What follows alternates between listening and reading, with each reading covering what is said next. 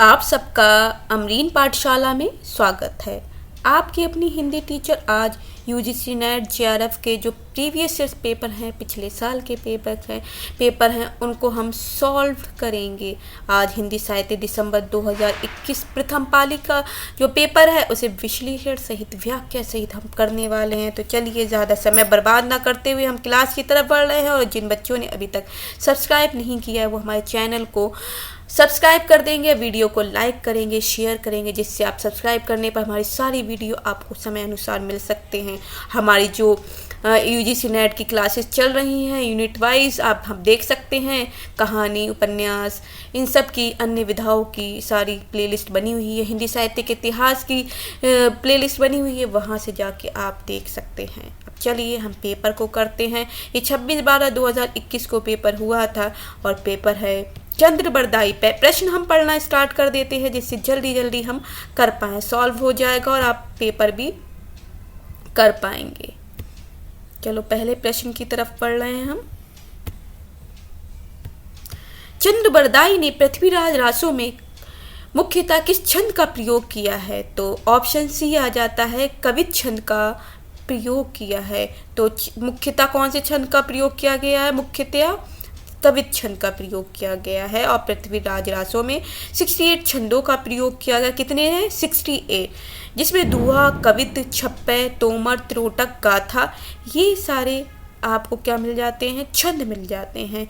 और चंद्र बरदाई को छप्पय छंद का, कौन से छंद का? छप्पय छंद का विशेषज्ञ माना जाता है, याद रखिए। आचार्य रामचंद्र शुक्ल ने चंद्र बरदाई को हिंदी का प्रथम कवि माना है तथा पृथ्वीराज रासो को प्रथम महाकाव्य माना है।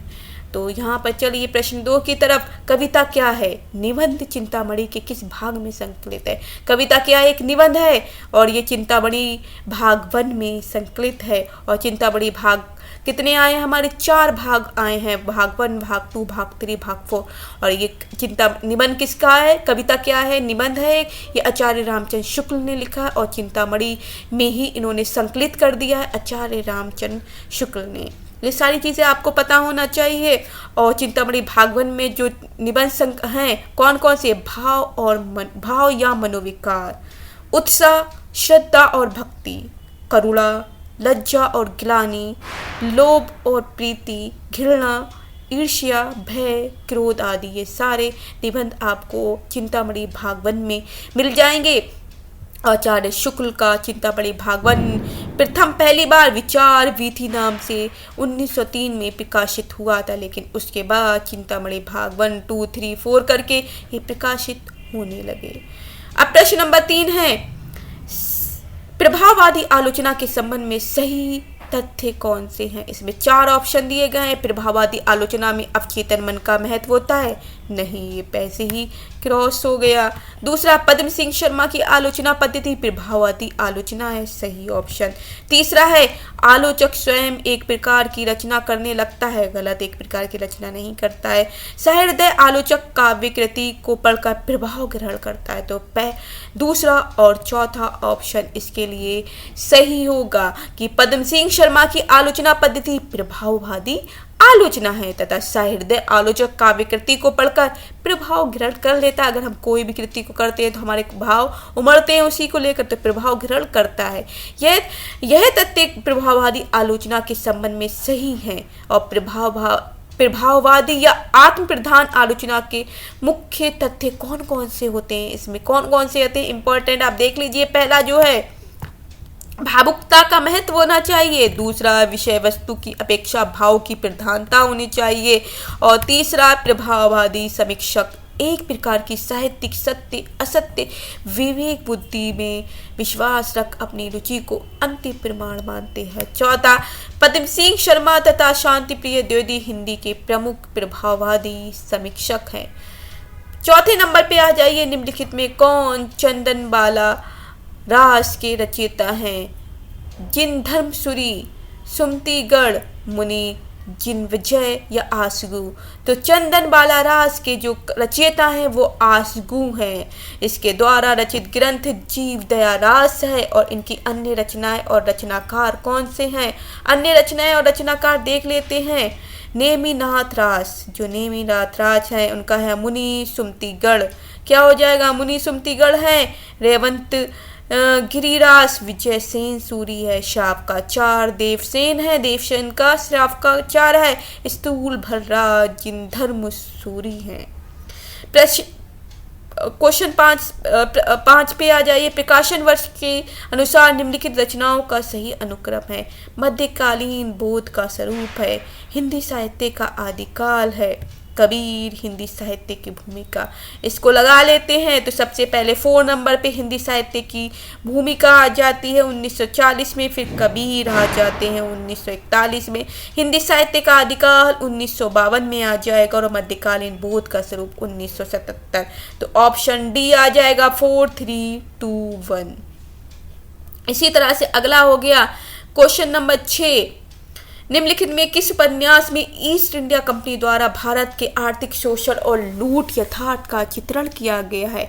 तो परीक्षा गुरु उपन्यास में ईस्ट इंडिया कंपनी के लूट यथार्थ का चित्रण, शोषण, आर्थिक शोषण, सब चीज़ें देखने को मिल रहा है। और परीक्षा गुरु जो है 1882 में लेखक श्रीनिवास दास ने लिखा था और आचार्य रामचंद्र शुक्ल ने परीक्षा गुरु को अंग्रेजी ढंग का हिंदी का पहला उपन्यास माना है।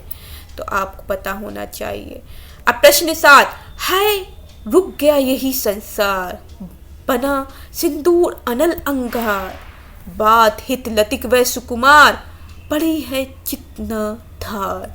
इसका आवेश का प्रतिपाद्य क्या है? स्त्री स्वावलंबी होती है? नहीं। पुरुष के बिना स्त्री का कोई अस्तित्व नहीं है। बी ऑप्शन सही है। या स्त्री के बिना पुरुष अधूरा है? गलत। स्त्री पुरुष स्वतंत्र है? गलत। कि पुरुष के बिना स्त्री का कोई अस्तित्व नहीं है, यही इन पंक्तियों का प्रतिपाद्य है।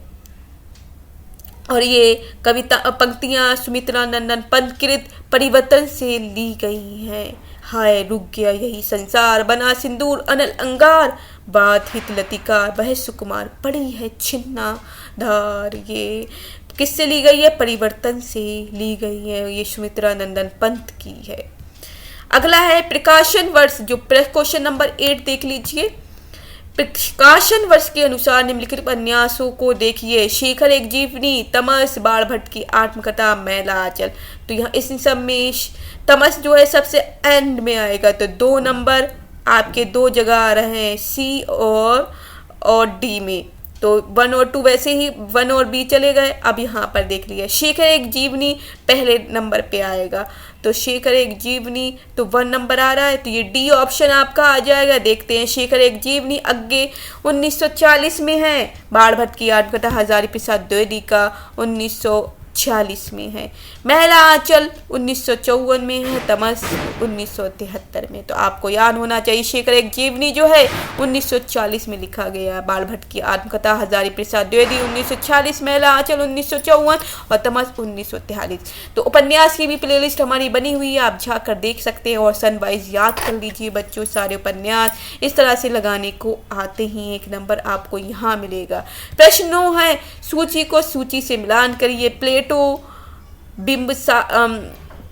बिम्सार डब्ल्यू के मी द ग्रेट ट्रेडिशन और ईआन किसका है? और तो ए नंबर पे ईआन आना चाहिए, ए का 2 होना चाहिए। देखते हैं अभी और क्या है। Coleridge lectures on Shakespeare's, Frank Raymond Leavis literary criticism a short history. तो यहाँ पर ए का 2 आ रहा है। तो ए का 2 कितनी जगह आ रहा है? ए का 2 एक जगह आ रहा है। तो ऑप्शन ए आएगा। तो ए का 2, बी का 4, सी का 3, डी का 1। क्या है? प्लेटो का ईआन है। प्लेटो का ईआन ग्रंथ है। और बिम्सार डब्ल्यू का literary criticism a short history है। कॉलरिज का लेक्चर ऑन शेक्सपियर्स है। कॉलरिज का क्या है? शेक्सपियर्स वाला हो गया, लेक्चर ऑन शेक्सपियर्स। कॉलरिज याद कर लीजिए, Coleridge lectures on Shakespeare's. Frank Raymond Leavis the great tradition, Frank Raymond Leavis the great tradition, Coleridge lectures on Shakespeare. Wimsatt W K literary criticism a short history, Plato Ion, Plato का Ion याद कर लीजिए, ये important class है आपके लिए। और प्रश्न 10 है, निम्नलिखित में से किस आचार्य ने रीति का एक भेद बताया है? तो भोजराज ने।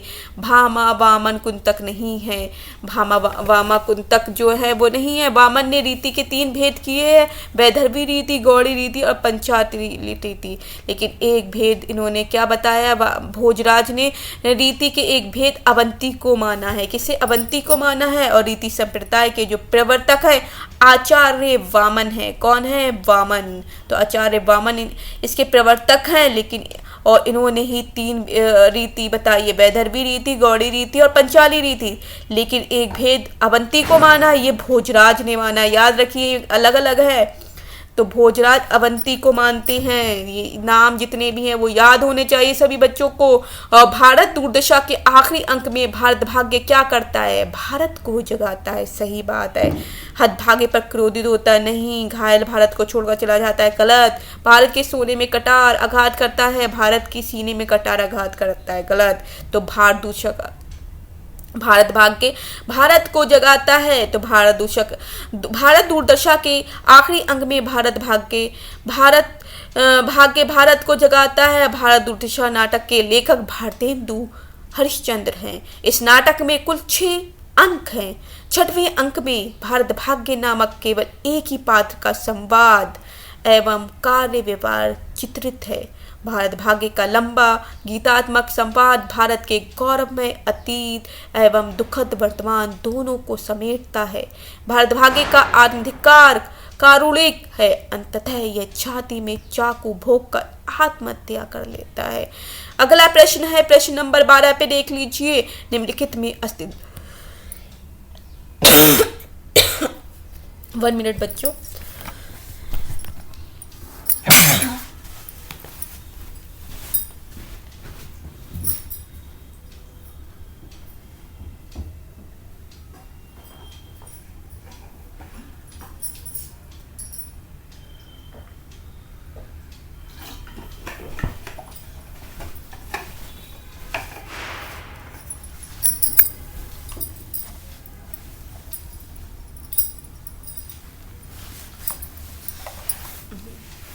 सॉरी बच्चों, अब हम प्रश्न नंबर 12 पे आ गए हैं।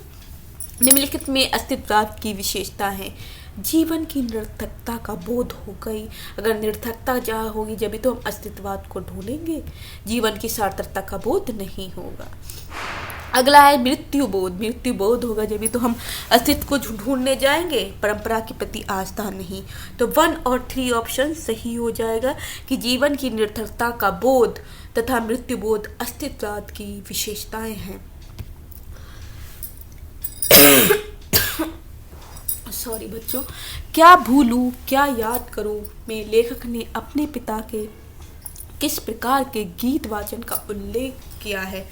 तो मौन रहकर, इसका ऑप्शन जो होगा सी होगा, मौन रहकर किया है। तो गीत वाचन का उल्लेख किस प्रकार करा है? मौन रहकर। और क्या भूलूं क्या याद करूं आत्मकथा के लेखक, याद करिए, क्या भूलूं क्या याद करूं ये एक आत्मकथा है। किसकी है? हरिवंश राय बच्चन इसी के लेखक। उन्होंने अपनी आत्मकथा लिखी है। अमिताभ बच्चन जो हैं उनके पिता है और अभिषेक बच्चन के दादा हैं।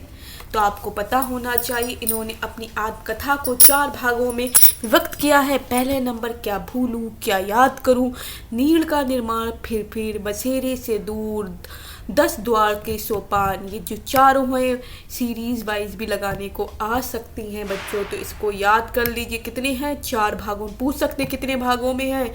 4 भागों में। क्वेश्चन बन सकते हैं कि क्या भूलूं क्या याद करूं को एलिमिनेट करिए, तो 4 भागों के नाम लिख सकते हैं, या ये लिख सकते हैं क्या है? आत्मकथा है, जीवनी है, क्या है, या गीत है, या कविता है। तो क्या हो जाएगा? ये आत्मकथा है। तो आत्मकथा किसकी है? हरिवंश राय बच्चन की है। कैसा वाचन है? तो मौन रहकर वाचन है। गीत वाचन का उल्लेख किया है पिता ने अपने पिता के, मौन रहकर। कैसे रहकर? मौन रहकर। किस तरह से भी क्वेश्चन करके आप इस तरह से एलिमिनेट कर लेंगे। अगला है टॉमस स्टेनर्स इलियट के अनुसार संस्कृति का अंश नहीं है, निर्जीव होती है। अनुपयोगित जीवित संस्कृति एक अंश है। अगर हमारी संस्कृति जो है, कल्चर है, जीवित है तभी एक अंश है, अदरवाइज अगर जीवित नहीं है वो कहीं से वो मिट्टी में मिल जाती। हजारों संस्कृतियाँ ऐसे ही आज मिट्टी में मिल चुकी हैं जिसका कोई अंश नहीं है। अगर एक भी अंश उसका बीज बचा हुआ है तो वो जीवित है, अगर नहीं है वो जीवित नहीं रहेगी। इस तरह से देख सकते हैं कि टॉमस स्टर्न्स इलियट के अनुसार परंपराएं पीढ़ी दर चलती जाती हैं, परंपरा जीवित संस्कृति का एक अंश है। इलियट की प्रमुख समालोचनात्मक कृतियां निम्न हैं: the sacred wood, homage to John Dryden, selected essays, the use of poetry and the use of criticism आदि। अगला देखिए, चंद्रदेव से मेरी बातें। ये हिंदी साहित्य की पहली कहानी है। इसने अपने समय की राजनीतिक और अर्थ नीति को केंद्रीय कथ्य बनाया। यह कथन किसका है? भवदेव पांडे का है। भवदेव, तो ये कथन किसका है? भवदेव पांडे का कथन है। चंद्रदेव से मेरी बातें कहानी सर्वप्रथम सरस्वती पत्रिका में, पूछ सकते हैं कौन सी पत्रिका में? पहली कहानी है तो ये सरस्वती पत्रिका में 1904 में प्रकाशित हुई थी। इसकी लेखिका राजेंद्र बाला घोष करके नाम आ सकता है या बंक महिला करके आए, तो आपको ये पता होना चाहिए। इस तरह से आप एलिमिनेट कर सकते हैं या इसी कोई ऑप्शन डाल सकते हैं कि चंद्रदेव से मेरी बातें हिंदी साहित्य की पहली कहानी थी। कैसी कहा थी? पहली, दूसरी, तीसरी या पहली कहानी थी जिसने अपने समय की, इसमें क्या दिखा है? राजनीति और अर्थनीति को केंद्रीय कथ्य बनाया है। तो राजनीति को बनाया और अर्थनीति को बनाया, ये आपको पता होना चाहिए। प्रश्न 16 है, निम्नलिखित में से कौन सा विद्वान अस्तित्ववाद का चिंतक नहीं है? तो एजरा पाउंड है। अस्तित्ववाद के चिंतक कौन से हैं? जनक कौन कौन से हैं? अल्बर्ट कामू है, मार्टिन हेडगर है, जॉन पॉल सार्त्र हैं। क्या है? एजरा पाउंड जो है अस्तित्ववाद के, ये जो एजरा पाउंड है वो नहीं है, ये किसके हैं? बिंबवाद के हैं। एजरा पाउंड बिंबवाद के जनक है। याद रखिए, बिंबवाद के जनक कौन है? एजरा पाउंड चिंतक है। और ABC ऑफ रीडिंग नामक ग्रंथ के रचयिता एजरा पाउंड ही है। ABC, A for apple, B for boy, C for cat. तो ABC ऑफ रीडिंग नामक ग्रंथ जो है इसके एजरा, A से ABC से स्टार्ट हो रहा है, A से ABC, ऐसे एजरा पाउंड है। जबकि अल्बर्ट कामू, मार्टिन हेडगर तथा जॉन पॉल सार्त्र जो है अस्तित्ववादी चिंतक हैं। और अस्तित्ववादी का जो प्रवर्तक है सोरेन कीरकेगार्ड को माना जाता है। तो आपको ये पूछे, चिंतक तो अलग हो गए, ये तीनों हो गए, अल्बर्ट कामू, मार्टिन हेडगर और जॉन पॉल सार्त्र हो गए। लेकिन अस्तित्ववाद का प्रवर्तक जो है वो कौन हो गए? सोरेन कीरकेगार्ड। आपको पता होना चाहिए, सोरेन कीरकेगार्ड। अंडरस्टैंडिंग पोएट्री पुस्तक के लेखक हैं तो ये होंगे क्लीथ ब्रुक्स। तो अंडरस्टैंडिंग पोएट्री पुस्तक के लेखक कौन हो जाएंगे? C ऑप्शन हो जाएगा। कौन हो जाएंगे? क्लीथ ब्रुक्स हैं। क्लीथ ब्रुक्स को विडंबना और विसंगति सिद्धांत का प्रवर्तक माना जाता है। तो क्लीथ ब्रुक्स को विडंबना और विसंगति का सिद्धांत का प्रवर्तक माना जा रहा है। और on the limits of poetry 1948 में पुस्तक के लेखक एलन टेट तथा 7 टाइम्स ऑफ एम्बिग्यूटी पुस्तक के लेखक विलियम एम्सन हैं। तो यहाँ पर जो जो नाम आए हैं, सर विलियम एम्सन किसके हो गए? एम्बिग्यूटी पुस्तक के हो गए। और एलन टेट तथा 7 टाइम्स ऑफ एम्बिग्यूटी पुस्तक के लेखक विलियम एम्सन हैं। दी डायरेक्ट एंड ऑब्लिक पुस्तक के लेखक टिलियर्ड हैं। तो ये सारे नाम हमने यहाँ पर बता दिए हैं, आप जिस तरह से यहाँ कर सकते हैं। प्रश्न नंबर 18 पे देख लीजिए, सुंदरता का आलोक स्रोत है, फूट पड़ा मेरे बस में, जिससे नवजीवन का प्रभात होगा फिर जग के आंगन में। ये छायावादी पंक्तियां हैं। इस पंक्तियों के रचयिता कौन है? सुमित्रा नंदन पंत है। ये सारे लेखक जो हैं आपको जयशंकर प्रसाद, सुमित्रा नंदन पंत, सूर्यकांत पाटिल निराला, महादेवी वर्मा, ये सारे छायावादी कवि हैं। लेकिन ये रचित पंक्तियां हैं, सुंदर का आलोक स्रोत है, फूट पड़ा मेरे मन में, जिसके नवजीवन का प्रभात होगा फिर जग के आंगन में। सुमित्रा नंदन पंत की पंक्तियां हैं किसकी हैं, और यह पंक्तियां पंजी के युगांत काव्य में संग्रहित हैं, इकट्ठा की गई हैं, और ये छायावादी कवि हैं। और छायावादी जो ये अन्य कवि है, जयशंकर प्रसाद, ये जितने सुमित्रा नंदन पंत, निराला, इन सब की हम दोबारा से पंक्तियां देख लेते हैं। देखो, संवेदन का और हृदय का यह संघर्ष ना हो सकता, फिर अभाव असफलता की गाथा कौन कहाँ बकता। ये किसकी है? जय शंकर प्रसाद की है। क्या है? संवेदन का और हृदय का यह संघर्ष ना हो सकता, फिर अभाव असफलताओं की गाथा कौन कहाँ बकता। जय शंकर प्रसाद। अब अगला देखिए, आप शब्द अधरों का सुना भाव, मैं कवि हूँ पाया है प्रकाश, सूर्यकांत त्रिपाठी निराला की है। अंदर देखिए, सुंदर है व्यग सुमन सुंदर, माना तुम सबसे सुंदरतम, वे मुस्काते फूल नहीं जिनको भाता है मुरझाना, सुमित्रा नंदन पंथ की हैं। अगला है, वे तारों के दीप नहीं जिनको आता है बुझ जाना, महादेवी वर्मा की है। अगला देखिए, लाला श्रीनिवास दास की रचनाएं हैं। प्रहलाद चरित हो गई, रणधीर और प्रेम मोहिनी नहीं होगी, नियम निर्घोष। तो दो ऑप्शन हो गए 1 और 2, प्रहलाद चरित और कि नियम निर्घोष नियम निर्घोष जो है लाला श्रीनिवास दास की रचनाएं हैं। और कीर्ति केतु जो है, ये आपको पता होना चाहिए, बाबू तोताराम की है। कीर्ति केतु नाटक है, ये बाबू तोताराम का है।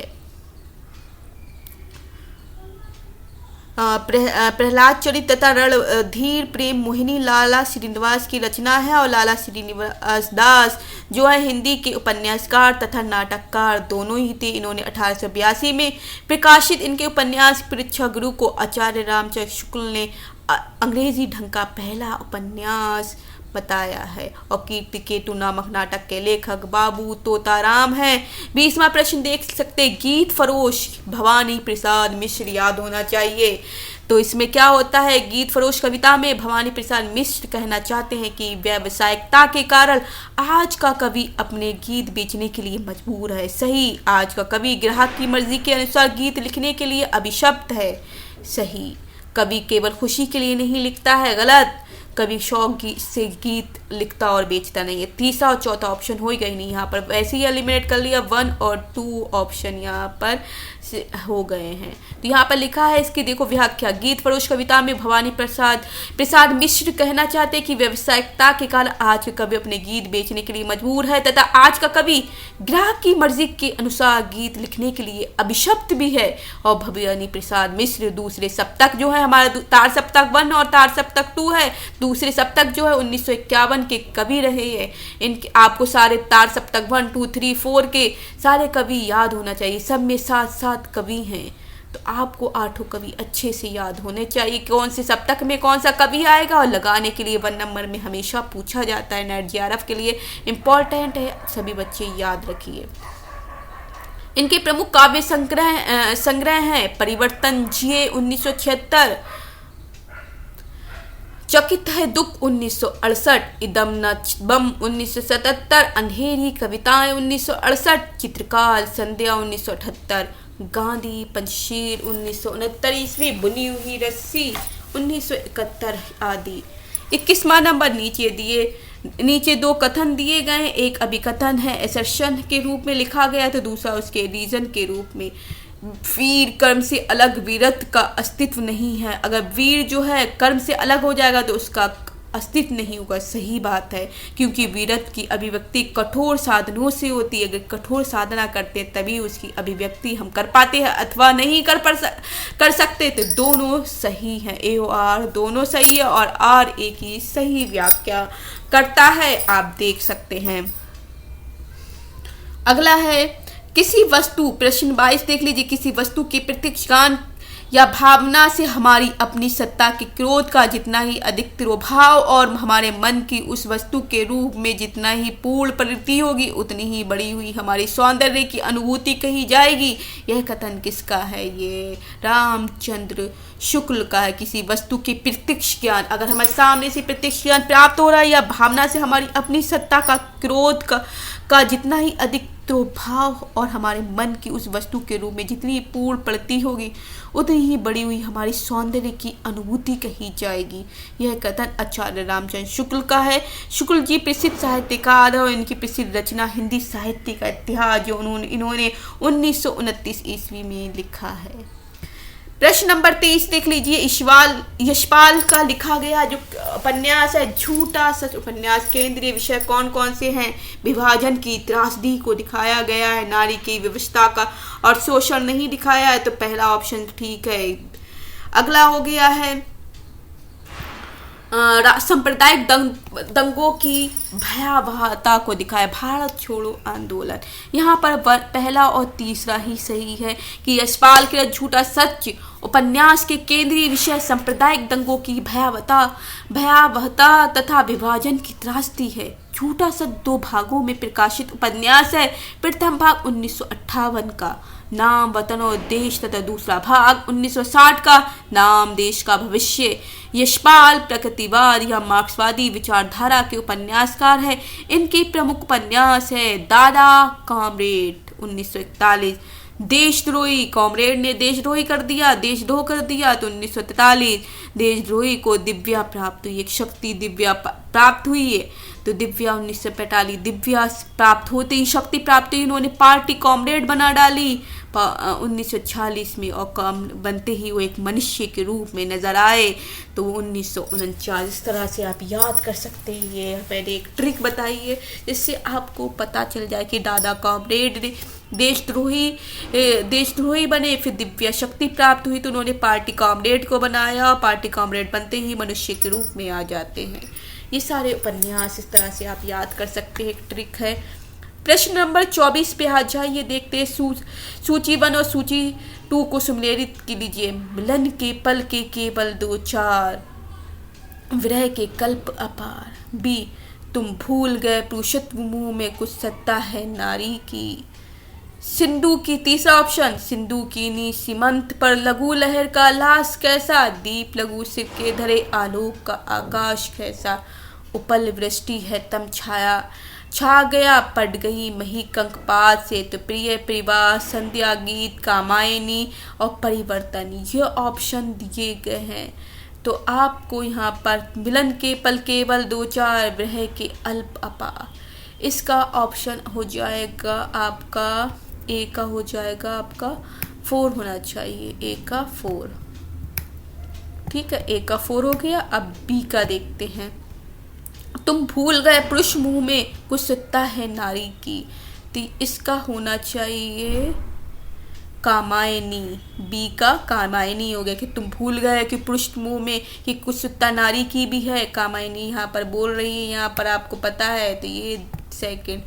तो अब सी सिंधु का नी समंत पट पर लघु लहर लाश कैसा, सी का संध्या गीत है, सी का 2 आ जाएगा, ये सी का 2 आ गया। और बच्चा डी उपल वृष्टि हुई तम छा गया पट गई मही कंकर पात से प्रिय प्रवास, ये डी का 4 हो गया, डी का 1 हो गया।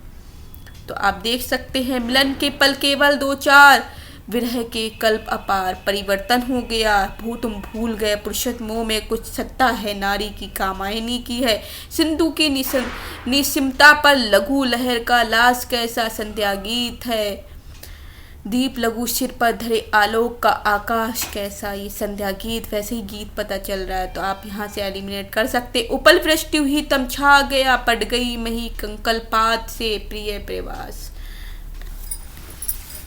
भाषा भूषण का विवेच्य है, तो भाषा भूषण एक का विवेच्य करेंगे तो ये छंद हो जाएगा। क्या हो जाएगा कि भाषा भूषण का विवेच्य अलंकार है, छंद है, रस है या ध्वनि है, तो भाषा भूषण का विवेच्य अलंकार, बी ऑप्शन होगा, छंद नहीं होगा यहाँ पर, बी ऑप्शन अलंकार आएगा।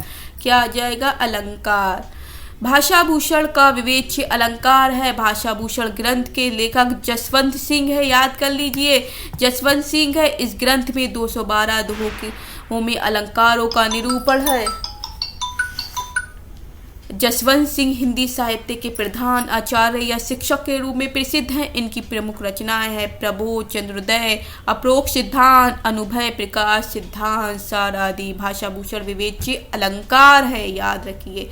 कुबेरनाथ राय के निबंध संग्रह हैं बेहया का जंगल, कामधेनु, आगम का नाव, दूसरी सतह। तो यहाँ पर हो जाएगा बी और दूसरा और तीसरा। कामधेनु तथा आगम की नाव कुबेरनाथ राय के निबंध संग्रह हैं। कुबेरनाथ राय ललित निबंधकार हैं। इनके प्रमुख निबंध है प्रिया, नीलकंठी, रस आखेटा, गंधमादन, विषाद, योग, निषाद, बांसुरी, महाकवि की तर्जनी, मन पवन की नौका इत्यादि। जबकि बेहया का जंगल निबंध के लेखक कृष्ण बिहारी मिश्र तथा दूसरी सतह निबंध के लेखक शरद जोशी हैं। तो आपको पता होना चाहिए कामधेनु, आगम का नाथ कुबेरनाथ राय के निबंध संग्रह हैं।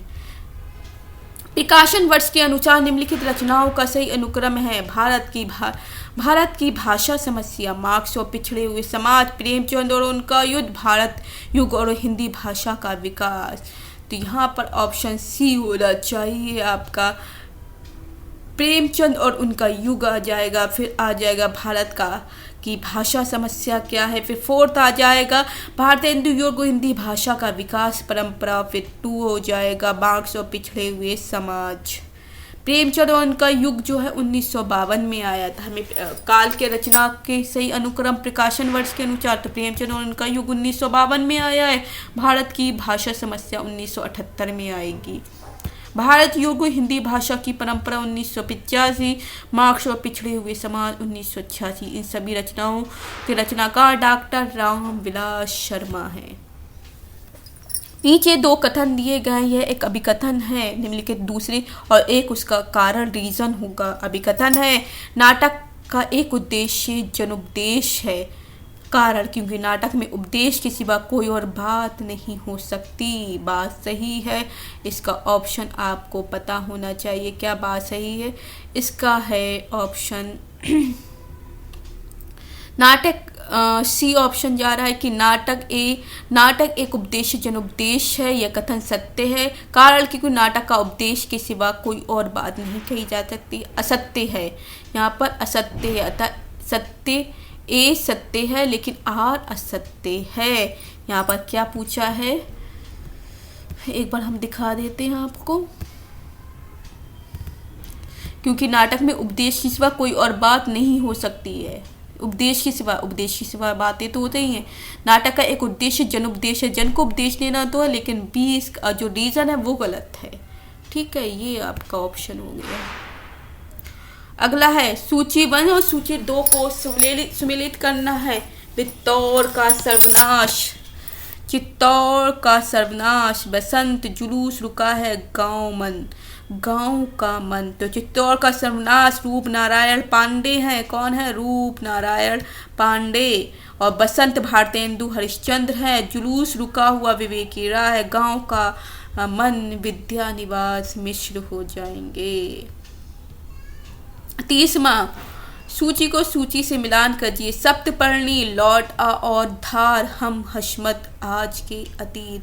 यहाँ है कृष्णा, सोपती, गिरिराज किशोर, भीष्म सहानी और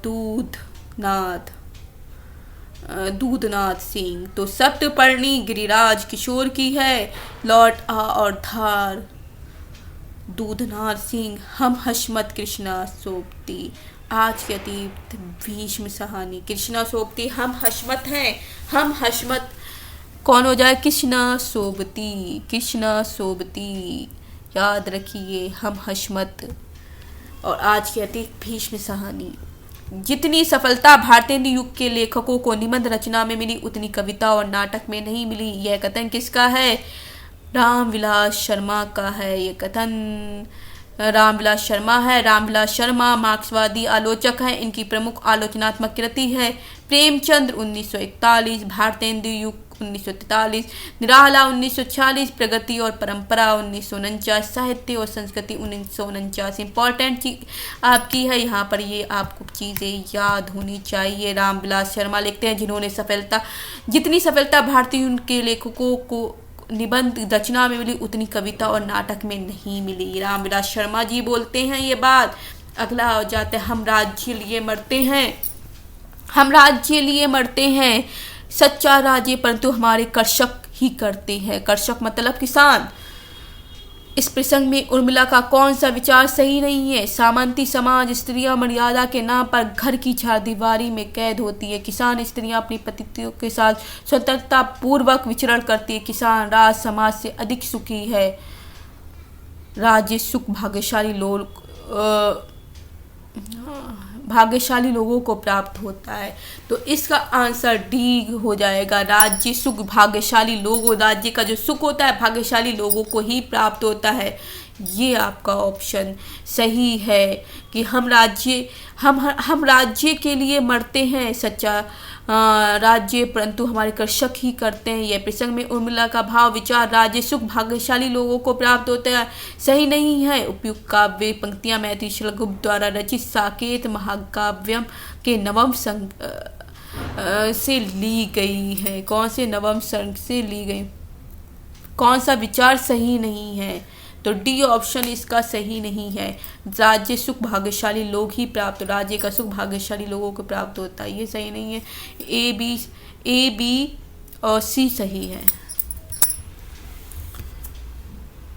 और ये जो डी जो है ये किसके हैं? एक साकेत से ली गई है और बाकी और कर्षक ही करते हैं, ये आप देख सकते हैं। अगला है निम्नलिखित में कौन सा तद्भव शब्द है? राय, खेत, दाहिना, कवि।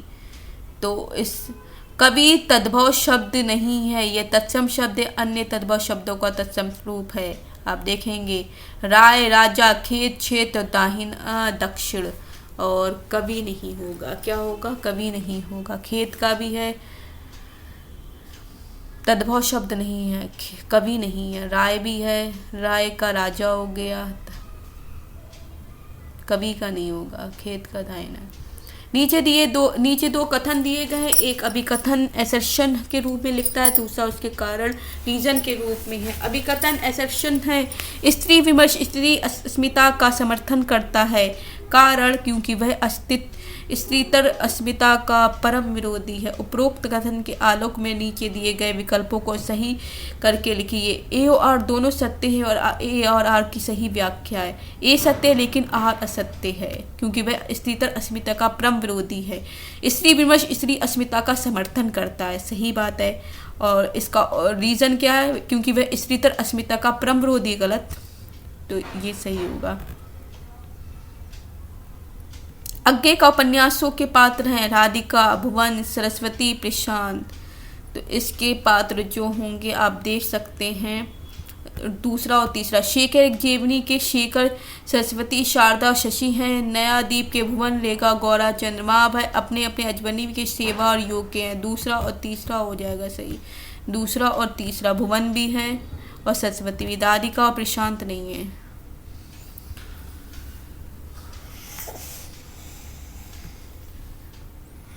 निम्नलिखित में से कौन सा में से मैला आंचल उपन्यास के पात्र हैं? कमला, शहनवाज, सहदेव मिश्र, बलभद्र नारायण।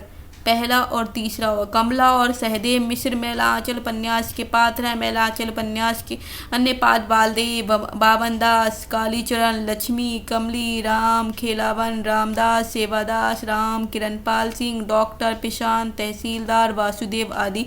मैला आंचल 1954 ईस्वी में लिखा गया उपन्यास है। इसके लेखक फरीश्वरनाथ रेटू है। यह आंचलिक उपन्यास है। तो कमला और सहदेव मिश्र हैं। बालभद्र नारायण और शाहनवाज नहीं है मैला आंचल के। रामचंद्र शुक्ल के अनुसार शिव सिंह सरोज में गिनाए गए ग्रंथ है राम, सतसई, कड़खा रामायण। ये दोनों दिखाएं 1 और 2। रामचंद्र शुक्ल के अनुसार शिव सिंह सरोज में गिनाए गए राम, सतसई तथा कड़खा रामायण है। 38वें नंबर पर देखिए, मैं चाहता हूँ कि साहित्य संबंधी धारणाएं वास्तविक साहित्य में विश्लेषण के आधार पर बनाई जाएं। ये पंक्ति एक साहित्य की डायरी के किस प्रकरण से ली गई? एक लंबी कविता का अंत, कलाकार की व्यक्तिगत ईमानदारी, तीसरा क्षण, एक मित्र की पत्नी का प्रश्न।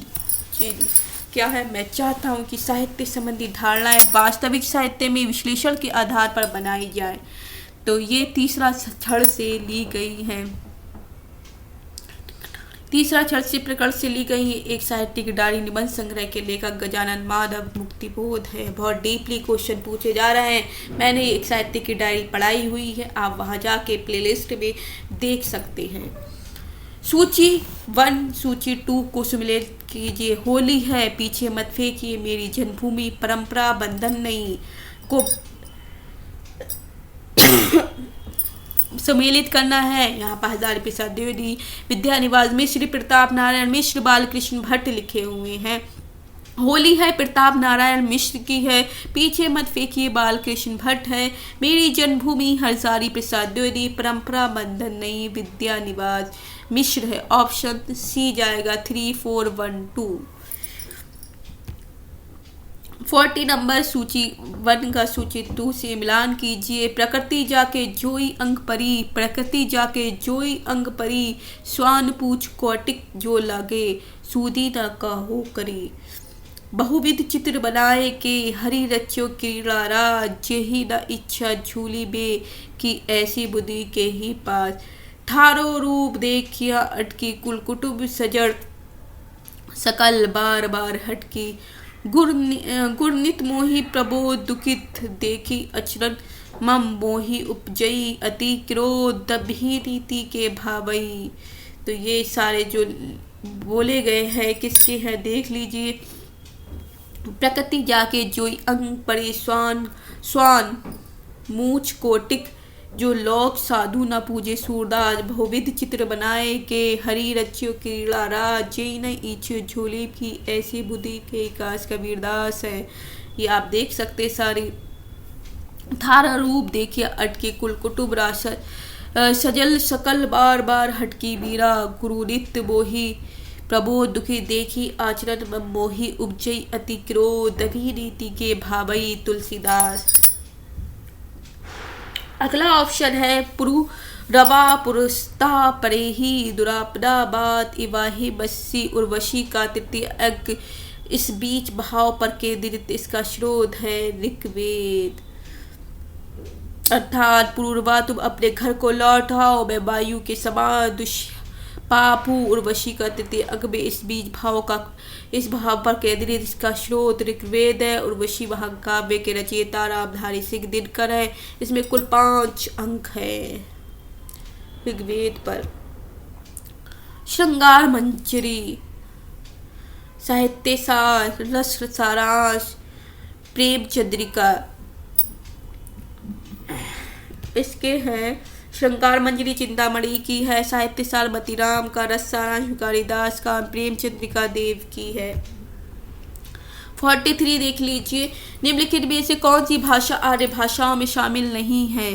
तो आर्य भाषाओं में अरबी शामिल नहीं, अरबी भाषा आर्य भाषा में शामिल नहीं है, जबकि यूनानी, लैटिन तथा फारसी आर्य भाषा वर्ग में शामिल है। पूछा जाता है, इम्पोर्टेंट क्वेश्चन है ये, पूछे गए सारे क्वेश्चन आपको पता ही है, इम्पोर्टेंट क्वेश्चन है। निम्नलिखित में से कौन सा उपन्यास अमृतलाल नागर द्वारा रचित नहीं है? सीमाएं टूटती हैं, एक दाने पर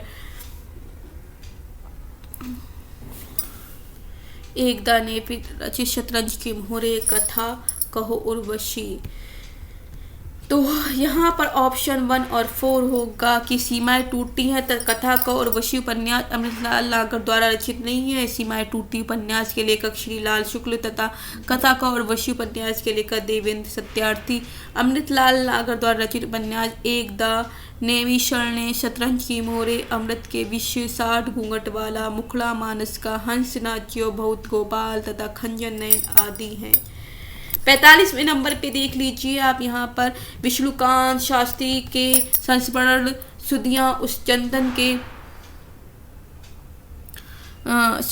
चंदन के वन का शीर्षक किस कवि की कविता से प्रेरित है? तो गिरजा कुमार माथुर की कविता से प्रेरित है।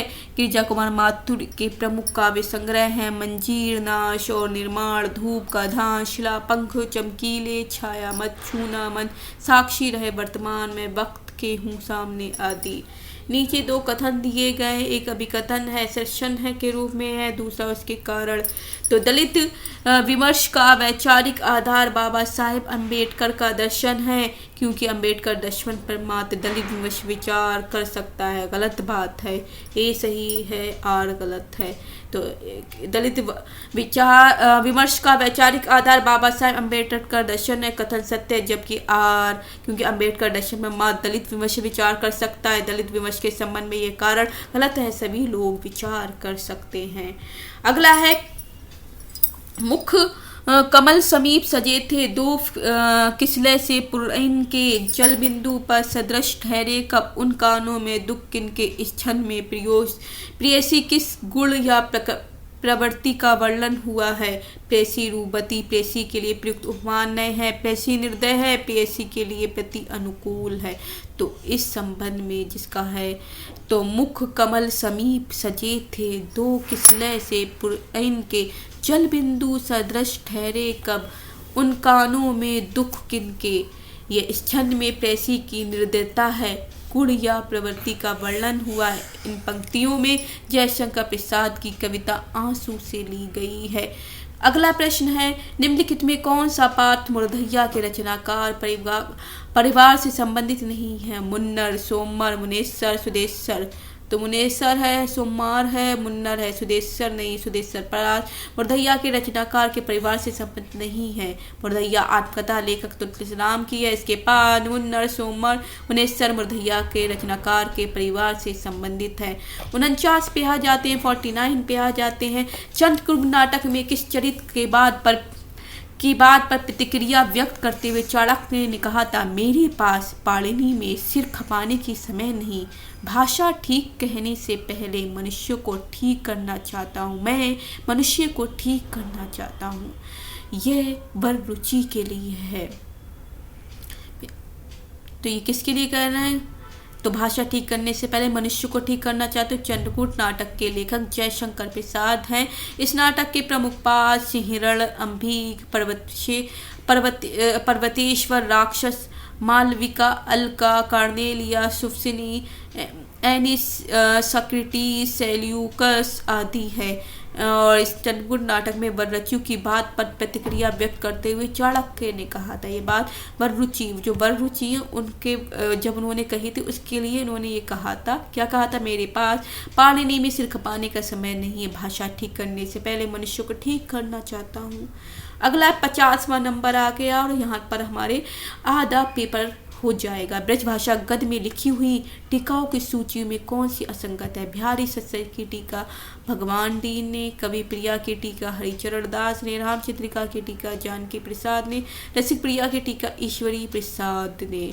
तो आपको पता होना चाहिए बिहारी सत्सर की टीका भगवान दीन ने की है और कवि प्रिया की टीका हरिचरण दास ने, रामचंद्रिका की टीका जानकी प्रसाद ने और रसिक प्रिया की टीका जो है ईश्वर प्रसाद नारायण ने नहीं किया। किसने की? श्रुति मिश्र ने। डी ऑप्शन यहाँ पर गलत हो जाएगा क्योंकि ये नहीं होगा, डी को एलिमिनेट कर लेंगे, बाकी ए बी सी ठीक है। अगला हो जाएगा 51, निम्नलिखित में कौन सी कहानी ठुमरी कहानी संग्रह में नहीं है? आदिम रात्रि की महक, पंचलाइट, रसप्रिया, तीसरी कसम तो आएगी, पंचलाइट भी आएगी, रसप्रिया, आदिम रात्रि की महक मीन्स इसमें जो आएगी ए ऑप्शन आदिम रात्रि की महक जो कहानी है ठुमरी कहानी संग्रह में नहीं, जबकि तीसरी कसम, पंचलाइट तथा रसप्रिया कहानी ठुमरी कहानी संग्रह में आती है। इसके लेखक फणीश्वरनाथ नेहरू है। आदिवासी की महक 1967 में एक कथा संग्रह, यह संग्रह कुल 14 कहानियां संकलित जिसके लेखक हैं फणीश्वरनाथ नेहरू। आदिम रात्रि की महक एक अलग संग्रह है और ठुमरी एक अलग संग्रह है। रामचंद्र शुक्ल के अनुसार ईशा अल्लाह खान ने अपनी भाषा में किस प्रकार के शब्दों को मुक्त रखने की प्रतिज्ञा नहीं थी? तो इन्होंने ईशा अल्लाह खान ने अपनी भाषा में तत्सम शब्दों को मुक्त रखने की प्रतिज्ञा नहीं की थी। तत्सम तो भाकापन की थी, बाहर की बोली की थी, गंवारी के, लेकिन तत्सम शब्द की नहीं की। तो डी ऑप्शन आ जाएंगे। ईशा अल्लाह खान ने अपनी भाषा में 3 प्रकार के शब्दों को मुक्त रखने की प्रतिज्ञा की थी, बाहर की बोली, अरबी, फारसी, तुर्की, गंवारी, ब्रजभाषा, अवधी आदि भाकापन जो गए संस्कृत के शब्दों का मेल, ये सारी चीजें। तत्सम शब्दों से मुक्त रखने की प्रतिज्ञा नहीं की थी कि तत्सम शब्द तो आ सकते हैं, लेकिन ये वाले जो बाहर की बोली है, गंवारी है, भाकापन, ये शब्द नहीं आएगा। अब 53 पे आ जाइए।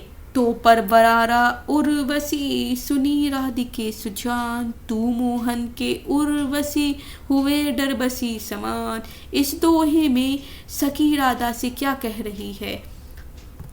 इस दोहे में सखी कहना चाह रही, तो परवारा उर्वशी सुनी राधिके सुजान, तू मोहन के उर्वशी हुए उर्वे समान। इस दोहे में सखी राधा के रूप की तारीफ करके उसकी मान छुड़ाती है। ये पंक्ति बिहारी द्वारा रचित सही है। इसका 2D ऑप्शन आएगा कि राधा के रूप की तारीफ करके उसका मान छुड़ाती है। 54 पे आ जाइए। निम्नलिखित में से क्या क्या केशवदास के बारे में सही है? वे इंद्रजीत सिंह के दरबारी कवि थे। इनकी कविता में अलंकारों का प्रयोग बहुत कम हुआ। इन्होंने केवल चौपाई छंद में लिखा। इनकी कृति वीर सिंह देव चरित है। तो इनका जो ऑप्शन जाएगा डी ऑप्शन जाएगा। 1 और 4 सही है। वे इंद्रजीत सिंह के दरबारी कवि थे और इनकी कृति वीर सिंह देव चरित है। तो ये 1 और 4 ऑप्शन इनका सही है। केशवदास इंद्रजीत सिंह के दरबारी कवि थे तथा इनकी कृति वीर सिंह देव चरित है। केशवदास अलंकारवादी कवि हैं। इनकी प्रमुख कृतियाँ रसप्रिया, कविप्रिया, छंदमाला, वीर सिंह देव चरित, रामचंद्रिका, रतनबानी, विज्ञान गीता आदि है। 55 में आ जाते हैं। देख लेते हैं। जन्मकाल के अनुसार निम्नलिखित कवियों का सही क्रम है। गया प्रसाद शुक्ल स्नेही श्रीधर पाठक।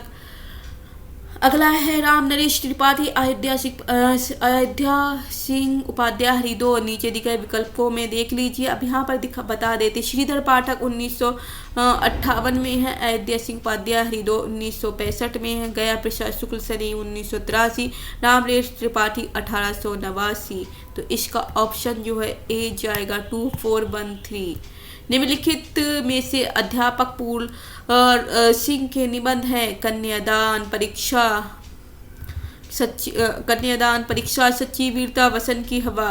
तो इनके जो निबंध हैं वो हो जाएंगे 1 कन्यादान और सच्ची वीरता तथा कन्यादान अध्यापक पूर्ण सिंह के निबंध हैं। इनके द्वारा लिखित ग्रंथ है पवित्रता, आवरण की सभ्यता, मजदूरी और प्रेम, अमरीकी का मस्त कवि, वॉल्ट हिटमैन। ये सभी निबंध सरस्वती पत्रिका में छपे थे। इन्होंने कुल 6 निबंध लिखे। परीक्षा प्रताप नारायण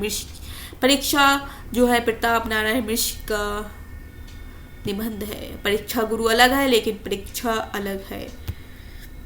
57 प्रश्न 57 पे आ जाइए। अमीर खुसरो के बारे में सही कथ्य है। इनका जन्म पटियाला में हुआ था। ये गलत ऑप्शन है तो ए आएगा ही नहीं। वे निजामुद्दीन औलिया के शिष्य थे। सही है।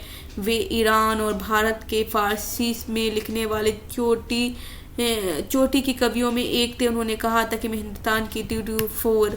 तो 1 और 4 बी ऑप्शन 1 और 4 1 नहीं 2 और 4। तो ये वाला तो गलत। 2 और 4 कहाँ है? 2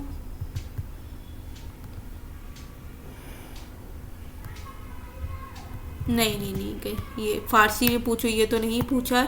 2 और 3 आएगा इनका। 2 और 3 आएगा 3rd ऑप्शन।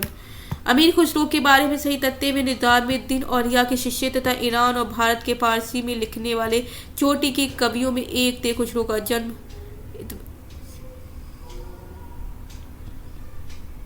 1255 में एटा जिले के पटियाली नामक ग्राम में हुआ। तो उन्होंने कहा था मैं हिंदुस्तान की तू मुझसे कुछ पूछ रहा है हिंदवी में पूछो, फारसी में नहीं। खुसरो द्वारा रचित ग्रंथ है खलिक बाबरी, पहलियां, मुकरियां, 2 सुकने, गजल आदि।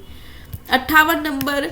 स्वाधीनता प्राप्ति के पूर्व पंजाब में पैदा हुए सांप्रदायिक तनाव और उससे जुड़ी क्रूरताओं का अंकन किस उपन्यास में है? तो तमस उपन्यास में है। बी तमस।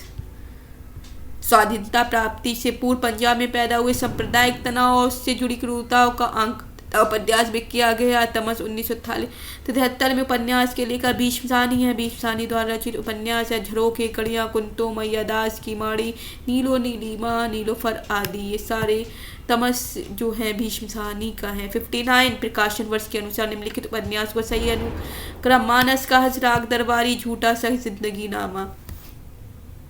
तो यहाँ पर आएगा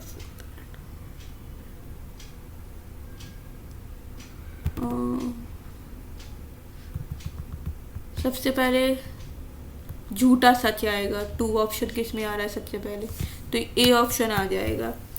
झूठा सच यशपाल का 1958, राग दरबारी 1968, मानस का हंस 1972 और जिंदगी नामा 1969।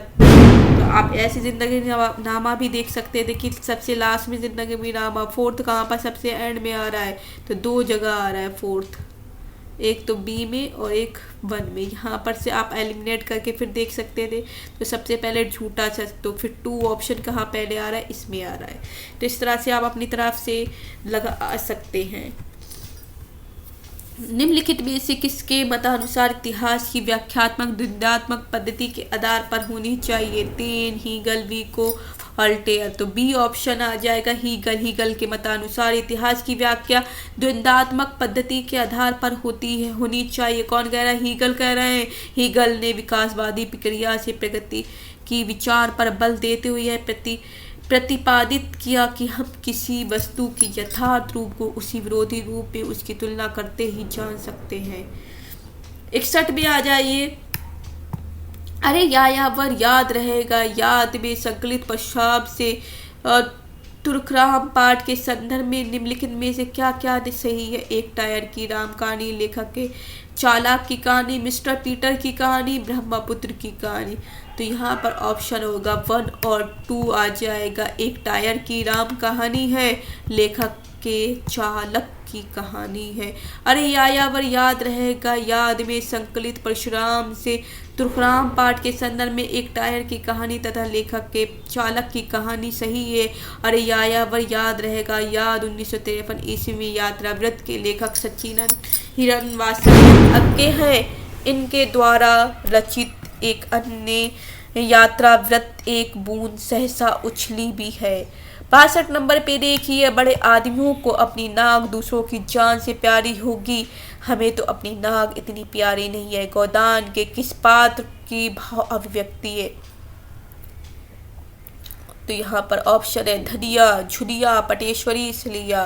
तो यहाँ पर धनिया आएगा। बड़े आदमियों को अपनी नाक दूसरों की जान से प्यारी होगी, हमें तो अपनी नाक इतनी प्यारी नहीं है। गोदान उपन्यास के पास धनिया की भाव अभिव्यक्ति है। गोदान को कृषक जीवन की महागाथा कहा जाता है। उसके लेखक मुंशी प्रेमचंद है। गोदान उपन्यास के प्रमुख पात्र होरी, धनिया, झुनिया, गोबर, दाता दीन, माता दीन, मेहता, मालती, राय साहब आदि हैं। प्रेमचंद द्वारा रचित अन्य उपन्यास सेवा सदन, प्रेमाश्रम, रंगभूमि, कर्मभूमि, कायाकल्प, निर्मला, गबन आदि हैं। बिस्मिल्लाहिर्रहमानिर्रहीम। अगला है प्रिय प्रवास के संबंध में सही तथ्य है। इसमें हिंदी के मात्रिक छंदों का प्रयोग हुआ है। प्रवास खड़ी बोली हिंदी का पहला महाकाव्य। इसके छंदों की दुकान तक नहीं, इसमें 27 सर्ग हैं। तो इसमें डी ऑप्शन जाना चाहिए। 2 और 3। प्रिय प्रवास खड़ी बोली हिंदी का पहला महाकाव्य है। इसके छंदों में तुकांतता नहीं है। प्रिय प्रवास के संबंध में सही तथ्य है कि प्रिय प्रवास खड़ी बोली हिंदी का पहला महाकाव्य है तथा इसके छंदों की तुकांतता नहीं है। प्रिय प्रवास महाकाव्य के रचयिता अयोध्या सिंह उपाध्याय हरिओध है। इस महाकाव्य में कुल 17 सर्ग हैं। छंदों और भाषा को संबंध में हरिओध ने कहा, भिन्न तुकांत कविता लिखने के लिए संस्कृत वित्त बहुत ही उपयुक्त है। कुछ संस्कृत वित्तों के कारण और अधिकतर मेरी रुचि के कारण इस ग्रंथ की भाषा संस्कृत गर्भित है। 64 में पुरूरवा द्वारा कहे गए संवाद, कवि और प्रेमी एक नहीं है। प्रेमी तन की सुंदरता पर मुग्ध होता है जबकि कवि देह से दूर जाता है। मैं तुम्हारे हाथ का लीला कमल हूँ। कुसुम और कामनी दोनों सुदूर होते हैं परंतु फूल अधिक सुंदर होते हैं। प्रेम केवल जलन नहीं, वह अमृत शिखर भी है। इसमें आपका हो जाएगा 2 और 4। मैं तुम्हारे हाथ की लीला लीला कमल हूँ, प्रेम केवल जलन नहीं वह अमृत शिखर भी है। पुरूरवा द्वारा कहे गए संवाद, मैं तुम्हारे हाथ का लीला कमल हूँ तथा प्रेम केवल जलन नहीं वह अमृत शिखा भी है। उर्वशी रामायण रामधारी सिंह दिनकर द्वारा रचित काव्य नाटक है। 1961 में प्रकाशित इस काव्य में दिनकर ने उर्वशी और पुरूरवा के प्राचीन आख्यान को एक नए अर्थ में जोड़ना चाहा।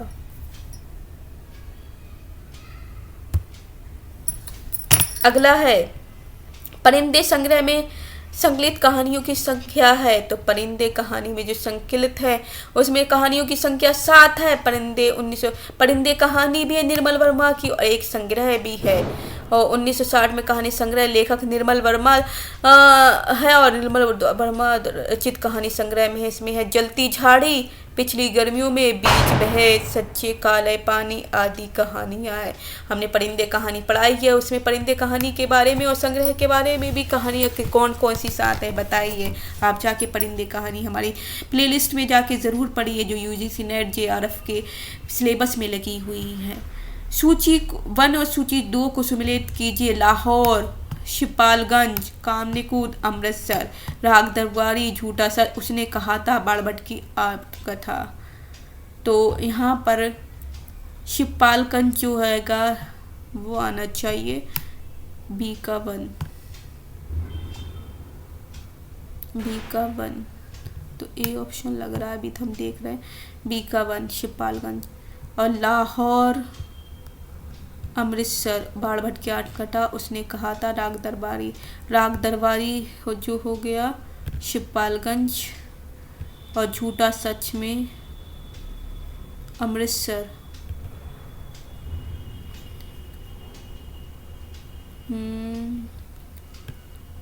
शिपालगंज जो आएगा वो आएगा आपका बी का 1।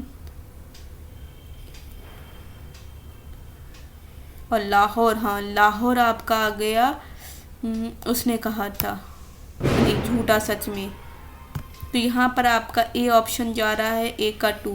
तो लाहौर झूठा सच में है, शिपालगंज राज दरबारी में, कान्य कुब्ज बाड़भट की आत्मकथा में, अमृतसर उसने कहा था अमृतसर की कहानी है, उसने कहा था। 3 का डी होगा, 3 का डी, सी का डी का 3rd, हाँ डी का 3rd ये आ गया, यही है आपका ऑप्शन। निम्नलिखित में से कौन निर्गुण भक्ति काव्य की कवि नहीं है? मलुकदास, बाबा लाल दास, सुंदरदास, ईश्वरदास निर्गुण भक्ति काव्य के कवि नहीं है। ईश्वरदास सगुण भक्ति काव्य धारा के कवि है, जबकि एक मलुकदास, बाबा लाला दास और सुंदरदास निर्गुण भक्ति काव्य के। ईश्वरदास दो है, ईश्वर सगुण के रहेंगे। ईश्वर हमेशा किसके रहेंगे? सगुण के रहेंगे। तो ईश्वर का रूप मान के करते हैं ना, इसलिए आप इससे याद कर सकते हैं। 68 में है निम्नलिखित ग्रंथों को कालक्रम अनुसार व्यवस्थित करना है। काव्यदर्श, काव्य अलंकार, औचित्य, विचार, चर्चा, अभिनय भारती। तो काव्यदर्श दंडी का है 6ठी शताब्दी में, काव्य अलंकार वामन का है और अभिनव भारती अभिनव गुप्त का है। औचित्य विचारधारा क्षेमेंद्र का है, औचित्य क्षेमेंद्र का है। तो बी ऑप्शन पे जाएगा 1 3 4 2। तो 1 काव्यदर्श, 3 काव्य अलंकार, 1 3 4 अभिनव भारती, फिर औचित्य सबसे एंड में। तो ये आपको इम्पोर्टेंट टेबल है, याद होनी चाहिए बच्चों, ये सारी इम्पोर्टेंट है। काव्य आदर्श ये इम्पोर्टेंट याद रखिए। काव्य आदर्श दंडी का, काव्य अलंकार वामन का, अभिनव भारती अभिनव गुप्त का, औचित्य विचार चर्चा क्षेमेंद्र का। औचित्य क्षेमेंद्र के है। अगला है निम्नलिखित में से कौन से 2 ग्रंथ विशेष रूप से रस से संबंधित है? दशरूपक, काव्यदर्श, काव्य अलंकार, साहित्य दर्पण। तो इसमें से जो ऑप्शन जाना चाहिए 69 का आपका यहाँ पर ए ऑप्शन है।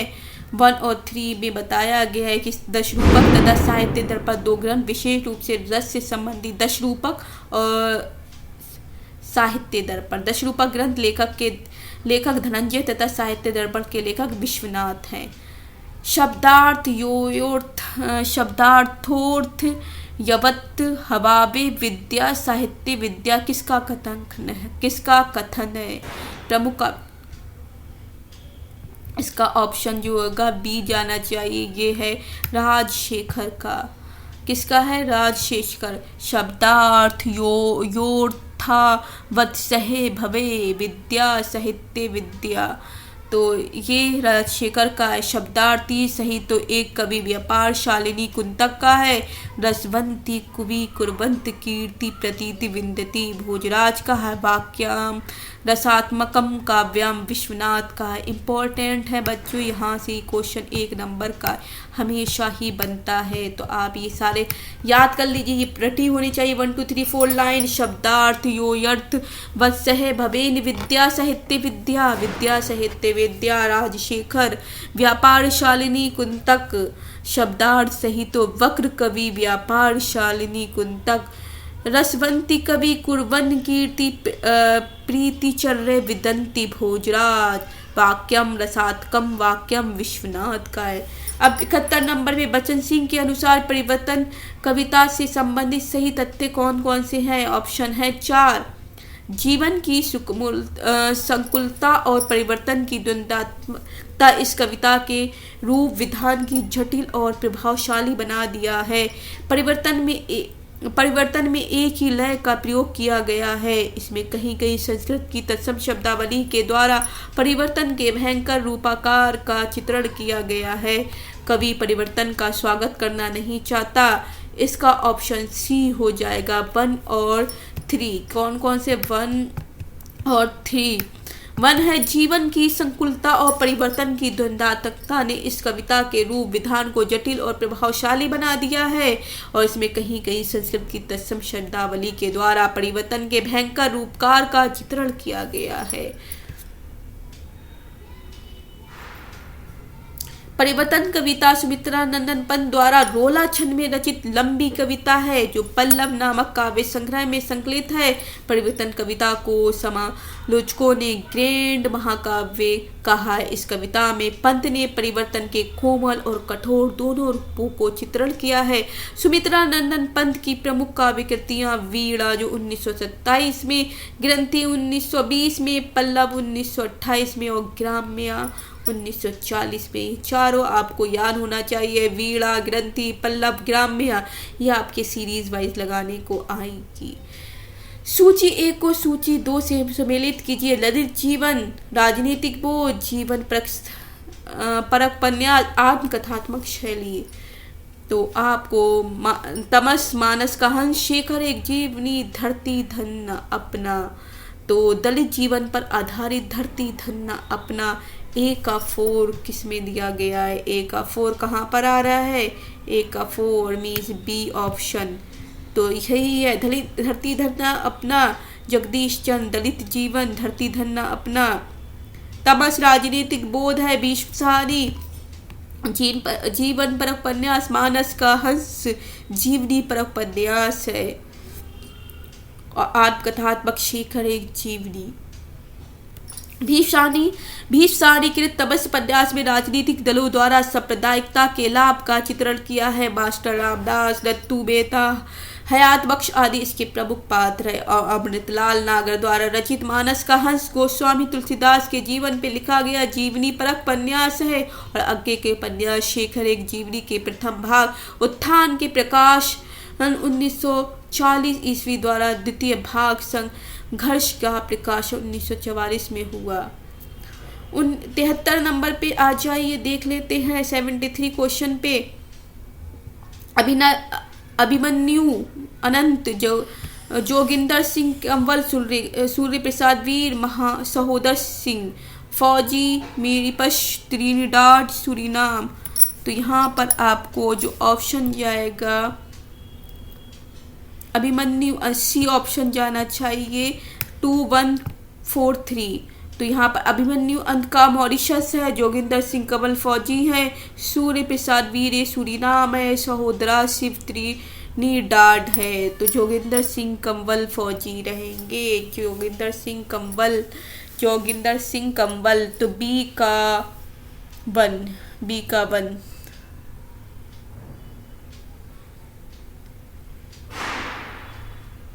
बी है ना, जोगिंदर बी का 1। तो बी का 1 किस में आ रहा है? ये ऑप्शन आ रहा है बी ऑप्शन सी। बी का 1 तो इसमें ही आ रहा है।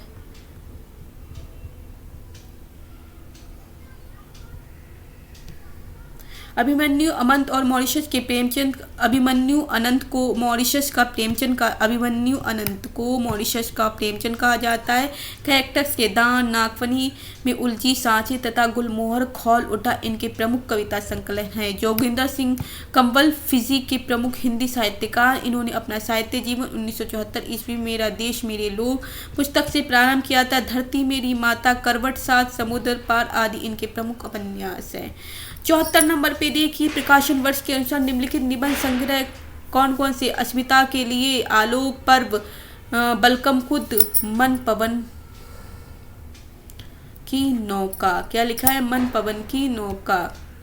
तो बलकम खुद 1951 नामवर सिंह का है, आलोक पर्व 1972 हजारी प्रसाद द्विवेदी, अस्मिता के लिए विद्या निवास में से, मन पवन की नौका कुबेर नाथ राय। आपको पता होना चाहिए बलकम खुद, आलोक पर्व, अस्मिता के लिए, मन पवन की नौका। अब यहाँ पर आ जाते हजारी प्रसाद द्विवेदी की प्रमुख निबंध ग्रंथ है अशोक के फूल, कल्पलता, विचार और वितक कुटुज आदि। विद्यानिवास मिश्र के प्रमुख निबंध है चितवन की छा, तुम चंदन हम पानी, मेरे राम का मुकुट भीग रहा है, प्रलय की छाया आदि। कुबेरनाथ राय के प्रमुख निबंध है प्रिया नीलकंठी, रस आखेटा, गंधमादन, विषाद योग आदि।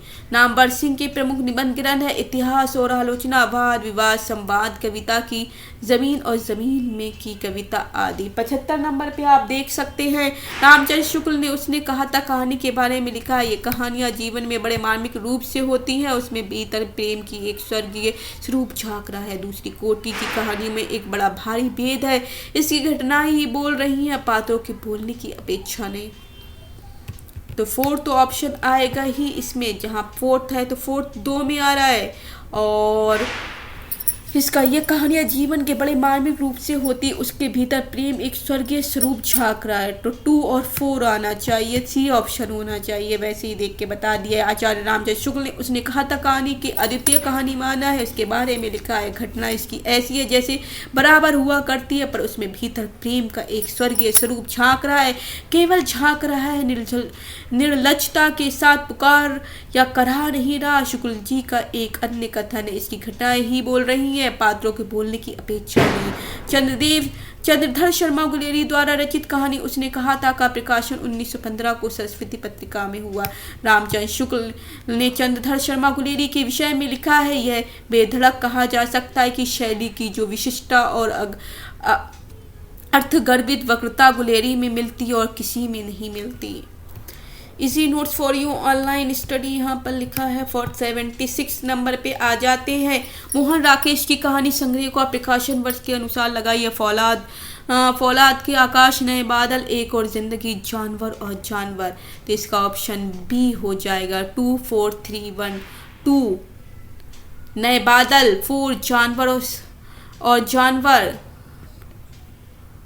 और फिर एक और जिंदगी, फिर फौलाद की आकाश। तो प्रकाशन वर्ष के अनुसार राकेश की कहानी संग्रह है नए बादल, जानवर और जानवर, नए जिंदगी, फौलाद का प्रकाश। आषाढ़ का एक दिन, लहरों का राजहंस तथा आधे दूर आदि भी मोहन राकेश के प्रमुख नाटक हैं। यात्रा साहित्य में संबंधित राहुल सकृत्यायन की पुस्तकें हैं मेरी जीवन यात्रा, विस्मृत यात्री, मेरी लद्दाख यात्रा, मेरी तिब्बत में 1.25 वर्ष। तो इनका सी ऑप्शन हो जाएगा। 1 मिनट बच्चों।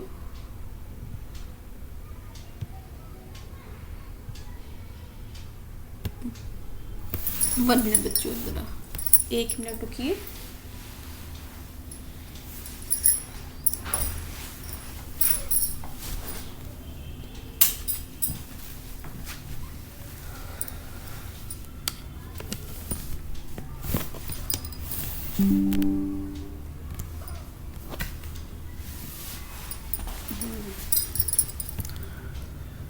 सॉरी बच्चों, यहाँ पर तो यहाँ पर है यात्रा साहित्य संबंधी राहुल सकृत्यायन की पुस्तक है मेरी लद्दाख यात्रा, तिब्बत में 1.25 वर्ष। तो इसका सी ऑप्शन है। सी ऑप्शन 3 और 4 हो गया यहाँ पर। मेरी लद्दाख यात्रा, तिब्बत में 1.25 वर्ष, एक सब रहे हैं, तो ये 2 आ जाएंगे। राहुल सकृत्यायन का यात्रा साहित्य किन्नर देश में, चीनी में क्या देखा, मेरी तिब्बत यात्रा, रूस में 25 मास आदि। मेरी जीवन यात्रा राहुल सकृत्ययन की आत्मकथा है। विस्मृत यात्री इनका प्रसिद्ध उपन्यास है जो एक बौद्ध भिक्षु नरेंद्र यश के जीवन पर आधारित सत्य घटना है। निम्नलिखित में कौन सी नई कहानी आंदोलन के कहानीकार है? दूधनाथ सिंह, निर्मल वर्मा तो होंगे यहाँ पर, राजकमल चौधरी, राजेंद्र यादव। 2 ऑप्शन कहाँ कहाँ दिख रहा है आप देखिए, एक ही जगह दिख रहा है बी ऑप्शन में, तो निर्मल वर्मा एवं राजेंद्र यादव कौन हो गए? 4th में राजेंद्र यादव। नई कहानी आंदोलन के कहानीकार है दूधनाथ सिंह, कहानी आंदोलन के कहानीकार है, प्रमुख कहानी और आंदोलन व उनके प्रवर्तक है। नई कहानी में राजेंद्र यादव, मोहन राकेश आ गए, कहानी में गंगा प्रसाद आ गए, सचेत कहानी में महीप सिंह आ गए, सहज कहानी में अमृत राय, समांतर कहानी में कमलेश्वर, सक्रिय कहानी में राकेश वर्षी। सारे आपको याद होने चाहिए। अगला आ जाता है 78 कर लिए हमने, 79 पे आ जाते हैं। निम्नलिखित में से राम की शक्ति पूजा से संबंधित उपयुक्त कथन कौन सा है? राम रावण के अनिर्त समर का इतना विराट और उदार चित्र अत्यंत दुर्लभ है। राम की शक्ति पूजा का उल्लेख श्रीमद् भागवत का पुराण में है। इसमें सूक्ष्मता के अनेक स्तरों पर विचरण करने वाली अर्थ योजना अति प्रिय है। इसमें राम एक दैवी चरित्र के रूप में है। तो इसके जो ऑप्शन जाने चाहिए वो आपके सी ऑप्शन है 1 और 3। राम रावण के अनिर्त समर का युद्ध का इतना विराट और उदार चित्र अत्यंत दुर्लभ है। 1 तो आ गई है, तो 1 किस में है? 2 में, 3 जगह है, तो 1 हमने निकाल लिया। राम की शक्ति पूजा का उल्लेख भागवत में पुराण में नहीं है, भागवत पुराण में तो श्री कृष्ण का है। तो 2 ऑप्शन जहाँ भी आ रहा है वो गलत होगा, तो 2 ऑप्शन यहाँ आ रहा है और सेकंड ये गलत हो गया। अब हमारे पास सी और बी ऑप्शन बचता है। इसमें राम एक देवी चरित्र रूप में है, नहीं, ये गलत हो जाएगा। इसमें सूक्ष्मता के अनेक स्तरों पर विचरण करने वाली अर्थ योजना अप्रयुक्त है, तो ये 1 और 3 हो जाएगा। राम रावण के अनिवर्णित समर का इतना विराट और उदार चित्र अत्यंत दुर्लभ है। इसमें सूक्ष्मता के अनेक स्तरों पर विचरण करने वाली अर्थ योजना अप्रतिम है। अक्टूबर 1936 ईस्वी प्रकाशित राम की शक्ति पूजा पर सर्वाधिक प्रभाव बंगला के कृतिवास रामायण का है। इस कविता का मुख्य विषय राम रावण के युद्ध नहीं बल्कि सीता की मुक्ति है।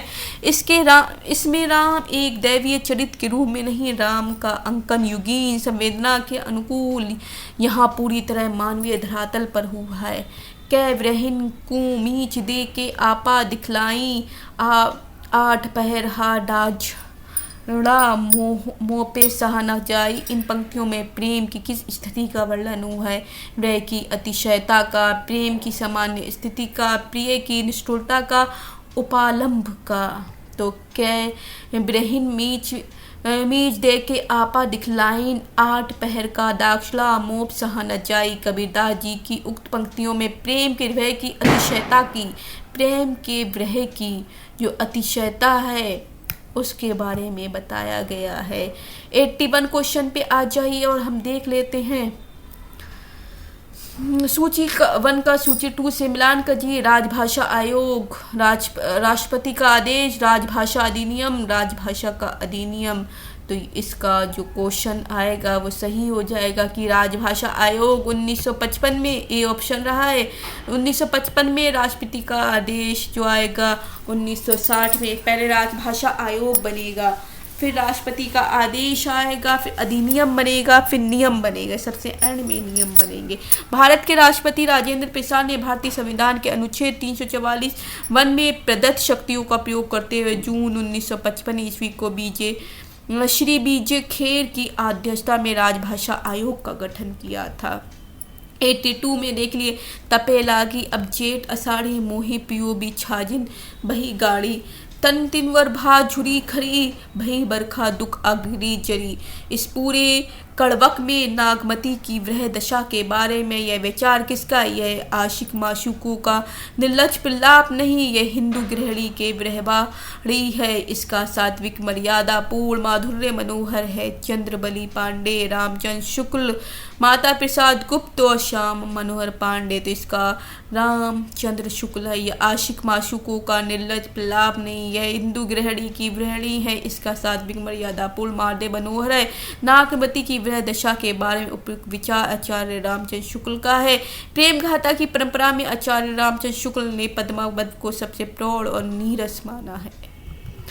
83 शिवपालगंज गांव का चित्रण किस उपन्यास में किया गया है? शिवपालगंज का जो है राग दरबारी में किया गया है, जो श्रीलाल शुक्ल का प्रसिद्ध उपन्यास है। राग दरबारी 1968 में प्रकाशित श्रीलाल शुक्ल का व्यंग्य प्रधान उपन्यास है।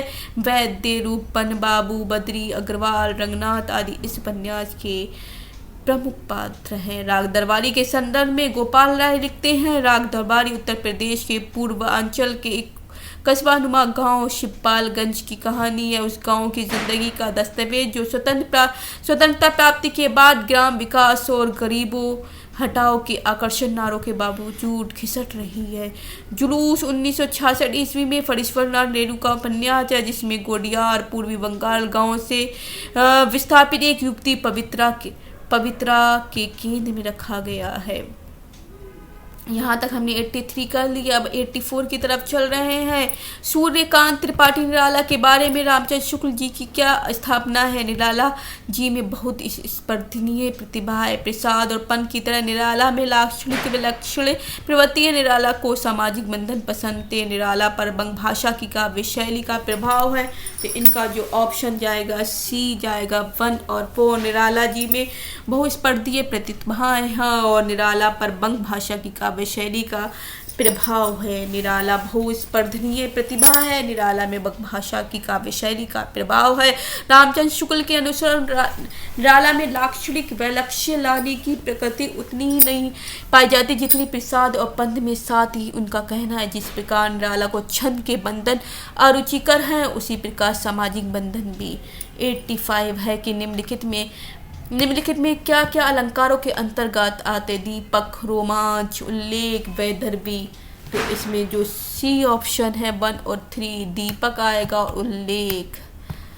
अलंकार को ये रीति है गौड़ी, वैदर्भी रीति और रोमांच नहीं आएगा। दीपक एवं उल्लेख अलंकारों के अंतर्गत आते हैं। दीपक अलंकार जहाँ उपमेय और उपमान दोनों का एक धर्म कहा जाए, जहाँ दीपक अलंकार होता उदाहरण संगते झति कुमंत ते राजा मानते ज्ञान पानते लाजा प्रीति प्रिनय बनु मत्ते कुनी नासही बेगी नीति असु सुनी। उल्लेख अलंकार का कर है। जब किसी वस्तु का अनेक प्रकार से वर्णन किया जाए तब उल्लेख अलंकार है। उदाहरण जाकी रही भावना, जैसी प्रभु मूर्ति देखी तिन तैसी देखी, भूप महारंधीना मनहु वीर रस धरे शरीरा।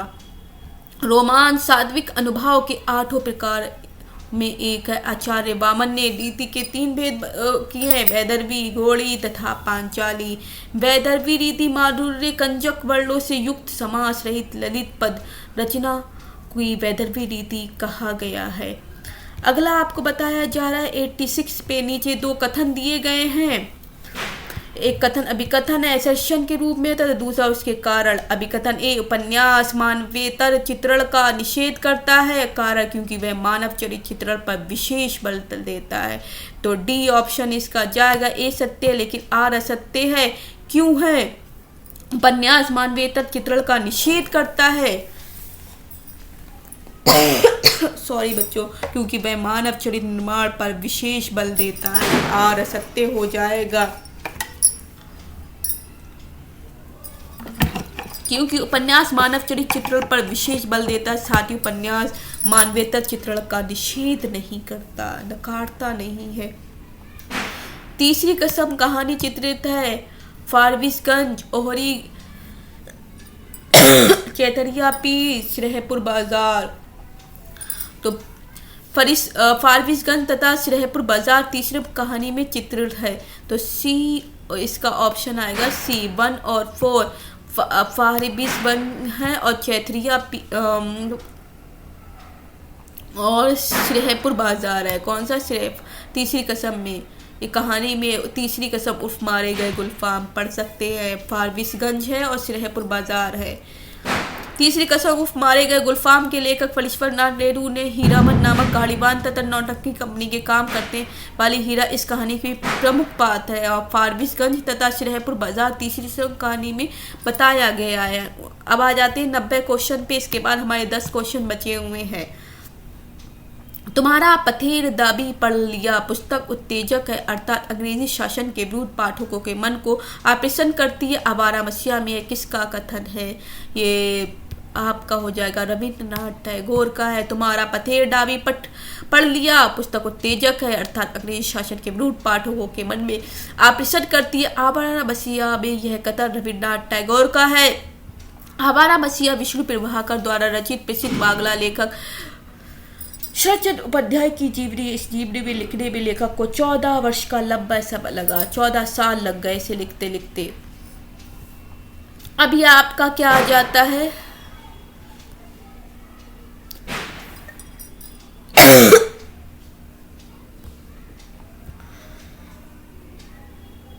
सॉरी बच्चों, यहाँ पे 87 क्वेश्चन रह गया, वो कर लेते। काप्ता प्रसार गुरु के अनुसार निम्नलिखित में किसी हिंदी भाषा की उत्पत्ति के अनुसार सही क्रम है? शॉर्ट शेरी, नागर, आभ्रश, पश्चिमी हिंदी, वर्तमान हिंदी।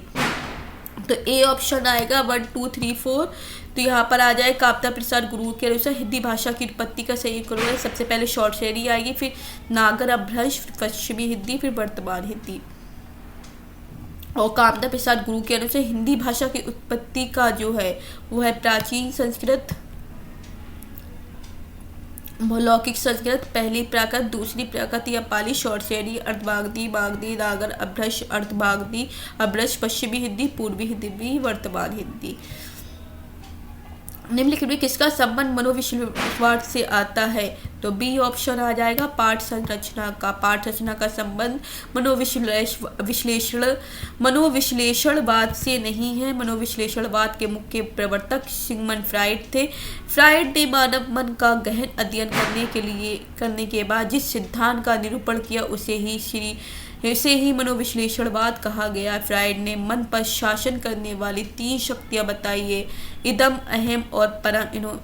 इनमें से इदम का संबंध काम प्रवृत्ति से, जिसे फ्राइड ने लिबिडो कहा था। अहम इदम का वह अंश है जिसका विकास बाहरी पर्यावरण से है। हमारे 90 क्वेश्चन हो चुके हैं। अब हम 91 पे चल रहे हैं। ये थोड़ा सा एक पैरा है यहाँ पर जो आपके एग्जाम में पूछा गया था, पढ़ लेते। यहाँ पर जो पैसेज है वो पढ़ते हैं। पशु से मनुष्य में जिस प्रकार अधिक ज्ञान प्रसार की विशेषता है, उसी प्रकार से अधिक भाव प्रसार की है। पशुओं के प्रेम की पहुँच प्रायः अपने जोड़े बच्चों या खिलाने पिलाने वालों तक ही नहीं, इसी प्रकार उसका क्रोध ही भी अपने संताने वालों को जाता है। पशु का मनुष्य जिस प्रकार अधिक ज्ञान प्रसार की विशेषता से, उसी प्रकार अधिक भाव प्रसार से है। पशु के प्रेम पहुँच प्राय अपने जोड़े बच्चों या सिखाने व पिलाने तक ही नहीं होती, इसी पर उनका क्रोध भी अपने सताने वालों तक ही जाता है। स्वयुग या पशुमात की सताने वालों तक नहीं पहुँचता, पर मनुष्य में ज्ञान प्रसार के साथ भाव प्रसार भी क्रमशः बढ़ता गया है। अपने परिजनों, अपने संबंधियों, अपने पड़ोसियों, अपने देशवासियों, क्या मनुष्य मात्र प्राणियों तक के मन प्रेम तक से प्रेम करने पर की जगह उसके हृदय बन गई है। मनुष्य की त्योरी मनुष्य की ही सताने वाले पर नहीं चढ़ती, गाय, बैल और कुत्ते बिल्ली को सताने वाले पर भी चढ़ती है। पशु की वेदना देखकर भी उनके नेत्र सजल होते हैं। बंदर को शायद बंदरिया के मुंह में ही सौंदर्य दिखाई पड़ता होगा, पर मनुष्य, पशु, पक्षी, फूल फल, रेत पत्थर में भी सौंदर्य पाकर मुग्ध होता है। इसका हृदय प्रसार का स्मारक स्तंभ काव्य है, जिसकी उत्तेजना से हमारे जीवन में एक नया जीवन आ जाता है। उपयुक्त अवतरण के समय निम्नलिखित कौन सा कथन सही नहीं है? पशुओं का क्रोध सीधे सीधे अपने सताने वालों के प्रति होता है।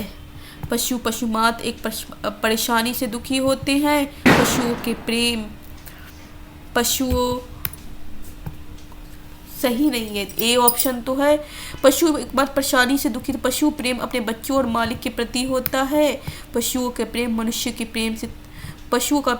के प्रेम से सीमित होता है। इसका ऑप्शन बी जाएगा, क्योंकि पशुमात की परेशानी से दुखी होते हैं। ये ऑप्शन नहीं है आपका, यहाँ बी हो गया। 92 उपयुक्त उपतरण के संदर्भ में निम्नलिखित में कौन सा कथन सही है? मनुष्य का क्रोध करुणा पशु से अधिक व्यापक नहीं है। मनुष्य क्रोध और करुणा मनुष्य तक सीमित है। मनुष्य का क्रोध करुणा प्राणी मात्र तक व्यापक है। मनुष्य क्रोध से मनुष्य को परेशान करने वाले से होता है। तो मनुष्य के क्रोध और करुणा प्राणी मात्र तक व्यापक नहीं है, वह प्राणियों से ऊपर भी जाता है। मनुष्य क्रोध करुणा प्राणी मात्र व्यापक है। अवतरण के सन में उपयुक्त कथन सही है। 93 उपयुक्त अवतरण के आधार पर कौन सा कथन सही है? काव्य भावोत्तेजना के माध्यम से जीवन का कायाकल्प करता है। काव्यगत भावोद्वेतना से जीवन में किसी प्रकार का बदलाव नहीं होता। काव्य भावोत्तेजना के माध्यम से जीवन का कायाकल्प करता है। काव्यगत भावोत्तेजना से जीवन के किसी प्रकार का बदलाव नहीं होता। काव्यगत भावोत्तेजना से बुद्धि व्यापार बहुत व्यापक होता है। काव्यगत भावोत्तेजना आदमी को अच्छा बनाने से रोकती है। तो ए ऑप्शन आएगा कि काव्य भावोत्तेजना से माध्यम से जीवन का कायाकल्प करता है। और 94 हो जाता है। उपयुक्त अवतरण के आधार पर निम्नलिखित में कौन सा कथन सही है? मनुष्य की सौंदर्य अनुभूति सभी प्राणियों से व्यापक है। पशु जाति से बड़ी चढ़ी है। मनुष्य के वाला श्रेष्ठ प्राणी मनुष्य की सौंदर्य अनुभूति प्राणीतर है। ये प्राणीतर है, ये ठीक है। 95 उपयुक्त अवतरण के आधार पर इनमें से कौन सा कथन सही है? मनुष्य अपनी शारीरिक शक्तियों से पशु से बढ़कर है। मनुष्य अपने ज्ञान प्रसार पशु से घटकर है। मनुष्य का भाव प्रसार पशु जाति सीमित है। मनुष्य का प्रेम और द्वेष पशु से अधिक व्यापक है। ये अवतरण सही है, डी ऑप्शन। अब अगला है, इसे पढ़ लेते। हमारी परंपरा महिमा मई उत्तराधिकारी विपुल और संस्कार उज्जवल। हमारे अनजान में भी ये बातें हमें एक खास दिशा में सोचने की प्रेरणा देती है। ज़रूर है कि परिस्थितियाँ बदल गई हैं, उपकरण नए हो गए हैं और उलझनों की मात्रा भी बहुत बढ़ गई है, पर मूल समस्याएं बहुत अधिक नहीं बदली हैं। भारतीय चित्त जो आज की अधीनता के रूप में ना सोचकर स्वाधीनता के रूप में सोचता है, वह हमारे दीर्घकालीन संस्कारों का फल है। वह स्वयं के बंधन को आसानी से नहीं छोड़ता, पर आज अपने द्वारा लगाया हुआ बंधन हमारी संस्कृति पर विशेषता है। मैं तो ऐसा नहीं मानता जो कुछ हमारा पुराना है, हमारा विशेष है, उसे हम चिपटते रहे। पुराने मोह सब समय वांछनीय नहीं होता है। मेरे बच्चे की गोद दबाए रहने वाले बंदरिया मनुष्य का आदर्श नहीं बन सकती, परंतु मैं ऐसा भी नहीं सोच सकता और अनुसंधिता पर नशे चूर होकर अपना तबरस है। 96 में देख लीजिए, इसमें कथन सही नहीं है, इसका ए ऑप्शन आएगा। मूल समस्याएं बहुत बदल गई हैं। और 97 का आएगा सी ऑप्शन, अपने को अपने अनुशासन में रखना अवतरण के आधार पर है। और 98 का हो गया, नए अनुसंधान के बावजूद हमें अपनी परंपरा की अच्छी बातों को बचा कर रखना चाहिए। और 99 का बी ऑप्शन, पुराने के विवेकपूर्ण ग्रहण करने चाहिए। और 100 का हमें अब अधीनता के रूप में सोचने की अभ्यस्तता है। तो यहाँ तक हमारे 100 क्वेश्चन बच्चों हो चुके हैं जो हमने किए हैं। आप देख सकते हैं हमने सारे क्वेश्चन यहाँ तक जो 100 हैं, एक भी क्वेश्चन होपफुली है नहीं छूटा है। हमने सारे के सारे यहाँ किए हुए हैं। देख लीजिए, हमने लगाए हुए निशान हैं जो हमने यहाँ पर कर लिए हैं। इसी तरह से अगले पेपर को लेकर हम प्रस्तुत होंगे। देखते हैं कितने पेपर हम करा सकते हैं, जितने भी होपफुली है 2, 3, 4, 5, 6 जितने भी करा पाएंगे, जब तक हम कराएंगे। और इसके बाद हम अगले पार्ट में मिलेंगे बच्चों। जब तक के लिए बाय बाय, टेक केयर, खुश रहे, आबाद रहे, मस्त रहे, जहाँ रहें स्वस्थ रहे। और हमारे वीडियो को अभी तक जिसने लाइक नहीं किया, सब्सक्राइब नहीं किया, वो लाइक और सब्सक्राइब करेंगे और अपने साथियों को ज़रूर शेयर करेंगे। धन्यवाद। जय हिंद, जय भारत।